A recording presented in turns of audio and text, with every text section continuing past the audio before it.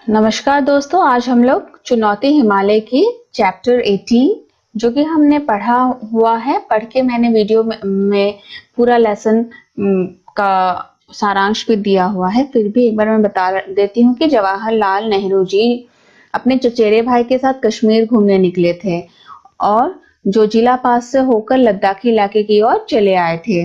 उन्हें अमरनाथ जाना था, लेकिन किसी कारण से वे अमरनाथ तक नहीं पहुंच पाए थे। इसी को हम यहाँ पे बताया गया था। और पहाड़ों में, चट्टानों में किस तरह से चढ़ना चाहिए, कितनी मुश्किलें आती है, वही सब हमने पढ़ा था। आप लोग 2-3 बार पढ़िए तो आपको बिल्कुल समझ में आ जाएगा। इसमें जितने भी हार्ड वर्ड है उसको बताइए। अगर आपको समझ में नहीं आ रहा है तो आप कमेंट कीजिए। आज हम लोग इसके प्रश्न उत्तर करेंगे। तो पहले आप इस मैप में देखिए, ये भारत का राजनीतिक मैप है, पॉलिटिकल मैप है। यहाँ ये रहा लद्दाख हमें दिख रहा है, ये लेह, देन श्रीनगर, जम्मू और कश्मीर, ये वाला साइड। तो यहीं से अब आपका घर कहाँ पे है यहाँ पे ढूंढ सकते हैं। जैसे कि मैं आसाम से हूँ तो मेरा घर यहाँ पे है। आप अगर दिल्ली से है तो आपका घर यहाँ से लद्दाख से कितनी दूरी में है, ये आप लोग इस मैप में देख सकते हैं।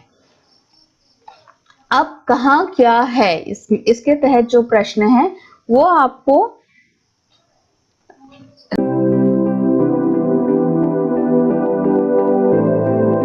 मानचित्र की सहायता से स्वयं करने हैं। जैसे कि प्रश्न क, लेह लद्दाख केंद्र शासित प्रदेश है। ऊपर दिए भारत के नक्शे में ढूंढो कि लद्दाख कहाँ है और तुम्हारा घर कहाँ है, जो कि मैंने पहले भी बता दिया है। ये देखिए लद्दाख, और तुम्हारा घर हो सकता है दिल्ली में हो सकता है उत्तर प्रदेश में हो, तो वहां पे भी एक गोला लगाइए। अनुमान लगाओ कि तुम जहां रहते हो वहां से लद्दाख पहुंचने में कितने दिन लग सकते हैं और वहां किन किन जरियों से पहुंचा जा सकता है। अगर आपका घर दिल्ली में है, हम दिल्ली में रहते हैं, यहाँ से हवाई यात्रा से लद्दाख पहुंचने में 2 से 3 दिन लग सकते हैं। वहां कार, रेल, बस या वायुयान से पहुंचा जा सकता है। इसमें तीसरा प्रश्न, किताब के शुरू में तुमने तिब्बती लोक कथा राग की रस्सी पढ़ी थी। नक्शे में तिब्बत को ढूंढो। तो इसी नक्शे में आपको तिब्बत कहाँ है ये भी ढूंढना है। नक्शे में तिब्बत ये रहा।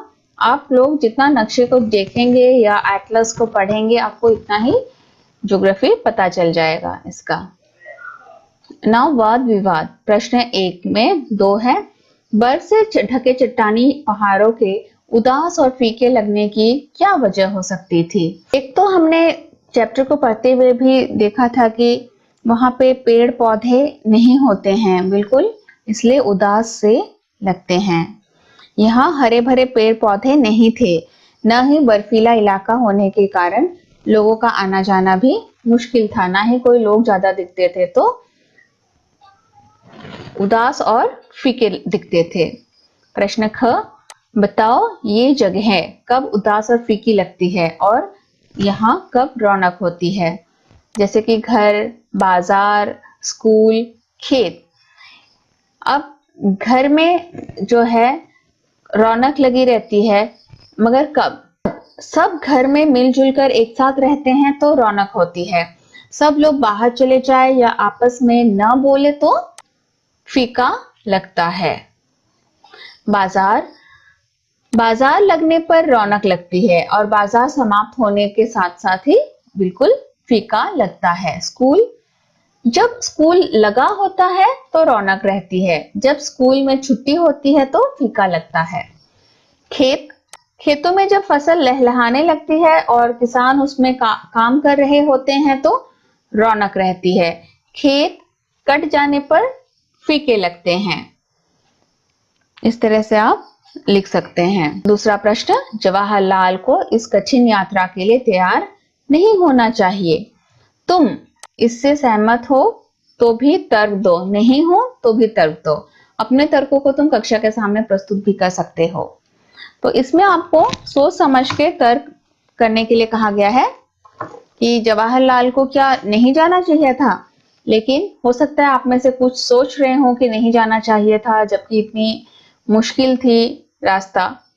लेकिन हम इस कथन से सहमत नहीं हैं। जैसे कि उत्तर में मैंने लिखा है, हम इस कथन से सहमत हैं। वह एक जिम्मेदार व्यक्ति थे। भारत को उनकी बहुत आवश्यकता थी। इसके साथ ही रास्ता दुर्गम था। उनके पास इस रास्ते पर जाने के लिए पर्याप्त सामान नहीं था। सबसे महत्वपूर्ण बात, जवाहरलाल इस रास्ते पर चलने के अभ्यस्त नहीं थे। उन्हें इन सभी समस्याओं पर विचार करना चाहिए था और तभी वहां जाना चाहिए था। अतः जवाहरलाल को इस कठिन यात्रा के लिए तैयार नहीं होना चाहिए। पर अगर आप में से कोई सहमत नहीं है इससे, तो आप लिख सकते हैं कि मैं इससे सहमत नहीं हूं। रास्ते की कठिनाइयों को पहले ही अंदाजा लगा लेना और अलग हट जाना कहीं से सही नहीं है। हमें कठिनाइयों से मुंह नहीं मोड़ना चाहिए, बल्कि उन्हें चुनौती मानकर उनका सामना करना चाहिए। हमारे अंदर इतना आत्मविश्वास और जोश जरूर होना चाहिए जिसके सहारे हम कठिनाइयों को जहां तक बन पड़े पार करें। फिर यदि आगे बढ़ना बिल्कुल असंभव हो जाए तो वापस मुड़ जाए। ऐसा करने से हमें अफसोस या दुख नहीं होगा, बल्कि अपने आप पर गर्व होगा और ऐसा ही सबको करना चाहिए। जवाहरलाल ने वही किया जो एक महान पुरुष करता है। अगर जवाहरलाल जी पहले ही हार मान जाते, वापस आ जाते, तो फिर ये कहानी भी नहीं बन पाती। Now collage. कोलाज उस तस्वीर को कहते हैं जो कई तस्वीरों को छोटे छोटे टुकड़ों में काटकर एक कागज पर चिपकाकर बनाई जाती है। तुम मिलकर पहाड़ों का एक कोलाज बनाओ। इसके लिए पहाड़ों से जुड़ी विभिन्न तस्वीरें इकट्ठा करो। पर्वतारोहण, चट्टान, पहाड़ों के अलग अलग नजारे, चोटी, अलग अलग किस्म के पहाड़। अब इन्हें एक बड़े से कागज पर पहाड़ के आकार में ही चिपकाओ। यदि चाहो तो ये कोलाज तुम अपनी कक्षा की एक दीवार पर भी बना सकते हैं। तो जरूर आज से ही आप लोग इकट्ठा कीजिए कुछ चित्र और कोलाज बनाइए। दूसरा प्रश्न, अब इन चित्रों पर आधारित शब्दों का एक कोलाज बनाओ। अब उन चित्रों से आधारित जो शब्द होंगे उसका भी एक कोलाज बनाइए। कोलाज में ऐसे शब्द हो जो इन चित्रों का वर्णन कर पा रहे हो या मन में उठने वाली भावनाओं को बता रहे हो। अब इन दोनों कोलाजों को कक्षा में प्रदर्शित कीजिए। बहुत ही सुंदर एक कोलाज बनेगी। तुम्हारी समझ से पहला प्रश्न, इस वृत्तांत को पढ़ते पढ़ते तुम्हें भी अपनी कोई छोटी या लंबी यात्रा याद आ रही तो होगी, उसके बारे में लिखिए। आपने जरूर कोई यात्रा की होगी। हाँ, अभी लॉकडाउन के दौरान अगर नहीं भी की, फिर भी आप में से बहुत ऐसे हैं जो कि यात्रा कर चुके होंगे अलग अलग जगह। जरूरी नहीं कि बर्फीले चट्टानों की ही यात्रा हो सकता है आप नदी पार करके कहीं गए हो या कोई लंबी यात्रा आपने की हो। उसके बारे में आपको लिखने के लिए कहा गया है। जैसा कि इस तरह से लिखेंगे हम लोग। एक बार मैं हिमाचल प्रदेश की यात्रा पर गया था। शाम के समय मैं बस में बैठ गया और सुबह जब आंख खुली तो मैंने हमारी बस को हिमाचल प्रदेश की घुमावदार पहाड़ी रास्ते में पाया। वहां का रास्ता खतरनाक था। इन रास्तों में कहीं एक तरफ खाई थी तो दूसरी तरफ पहाड़। ये बहुत भयानक लग रहे थे। कई घुमावदार रास्तों से निकलकर हम गांव की तरफ पहुंचे। इन पहाड़ों पर बस की गति धीमी होती है। हम सुबह अपने गंतव्य स्थान पर पहुंचे, जहां से बर्फीली चोटियां सूरज की रोशनी में सोने की तरह चमक रही थी। बहुत ही सुंदर दृश्य था। इसको देखकर रास्ते की सारी थकावट दूर हो गई। इसी तरह से छोटा सा लेख आप लोग भी लिख सकते हैं। दूसरा प्रश्न, जवाहरलाल को अमरनाथ तक का सफर अधूरा क्यों छोड़ना पड़ा? उत्तर, जवाहरलाल को अमरनाथ तक का सफर आधा छोड़ना पड़ा क्योंकि आगे जाने के लिए आवश्यक सामान नहीं थे। तीसरा प्रश्न, जवाहरलाल, किशन और कूली सभी रस्सी से क्यों बंधे थे? उत्तर, जवाहर, किशन और कूली सभी रस्सी से इसलिए बंधे थे क्योंकि यदि वे पहाड़ से गिर जाए तो रस्सी के सहारे लटक कर बच सकते हैं। चौथा प्रश्न, पाठ में नेहरू जी ने हिमालय से चुनौती महसूस की। कुछ लोग पर्वतारोहण क्यों करना चाहते हैं? उत्तर, कुछ लोग पर्वतारोहण शौक व मनोरंजन के लिए करते हैं। पर्वतारोहण यानी कि पर्वत की चढ़ाई करना बहुत लोग मनोरंजन के लिए करते हैं। ऐसे स्थानों पर जाना उनके लिए चुनौती होता है और उसे जीतना उनके उद्देश्य, जीवन का उद्देश्य होता है। कुछ लोगों के लिए यह जीविका का साधन भी होता है। प्रश्न, ऐसे कौन से चुनौती भरे काम है जो तुम करना पसंद करोगे? कुछ चुनौती भरे काम जो हम करना पसंद करते हैं वे हैं विद्यालय में सबसे अधिक अंक लाना, खेलों में प्रथम आना, तैराकी में प्रथम आना। कुछ साहसिक कार्य करना पसंद करते हैं। बोलते पहाड़। प्रश्न 1, उदास फीके बर्फ से ढके चट्टानी पहाड़। हिमालय की दुर्गम पर्वतमाला मुंह उठाए चुनौती दे रही थी। उदास होना और चुनौती देना मनुष्य के स्वभाव है। यहाँ निर्जीव पहाड़ ऐसा कर रहे हैं। ऐसे और भी वाक्य है जैसे बिजली चली गई, चांद ने शर्मा कर अपना मुंह बादलों के पीछे कर लिया। इस किताब के दूसरे पाठों में भी ऐसे वाक्य ढूंढने पर आपको कई सारे मिल जाएंगे। जैसे कि ऐसे ही कुछ वाक्य मैं बताती हूँ। कुछ अन्य वाक्य इस प्रकार से हैं। बर्फ चुपचाप गिर रही थी बिना किसी आवाज के। जिसकी नंगी शाखों पर रुई के मोटे मोटे गालों से बर्फ चिपक गई थी।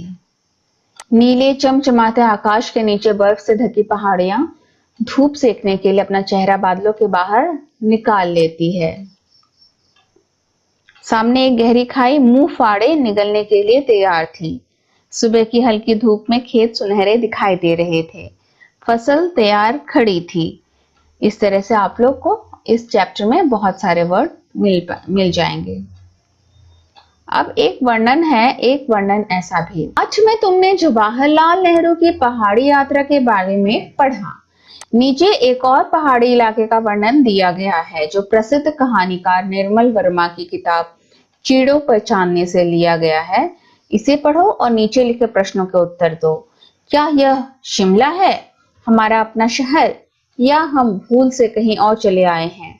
हम नहीं जानते कि पिछली रात जब हम बेखबर सो रहे थे, बर्फ चुपचाप गिर रही थी। खिड़की के सामने पुराना चिर परिचित देवदार का वृक्ष था जिसकी नंगी शाखों पर रुई के मोटे मोटे गालों से बर्फ चिपक गई थी। लगता था जैसे वह सांता क्लॉज हो, एक रात में ही जिसके बाल सन से सफेद हो गए हैं। कुछ देर बाद धूप निकल आती है। नीले चमचमाते आकाश के नीचे बर्फ से ढकी पहाड़ियां धूप सेकने के लिए अपना चेहरा बादलों के बाहर निकाल लेती है। ऊपर दिए पहाड़ के वर्णन और पाठ में दिए वर्णन में क्या अंतर है? कई बार निर्जीव चीजों के लिए मनुष्य से जुड़ी क्रियाओं, विशेषण आदि का इस्तेमाल होता है। जैसे पाठ में आए दो उदाहरण, उदास फीके बर्फ से ढके चट्टानी पहाड़, या सामने एक गहरी खाई मुंह फाड़े निकलने के लिए तैयार थी। ऊपर लिखे शिमला के वर्णन में ऐसे उदाहरण ढूंढो।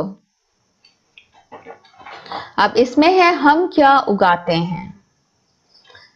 हम क्या उगाते हैं जब पेड़ लगाते हैं? हम पानी का जहाज उगाते हैं जो समुद्र पार करेगा।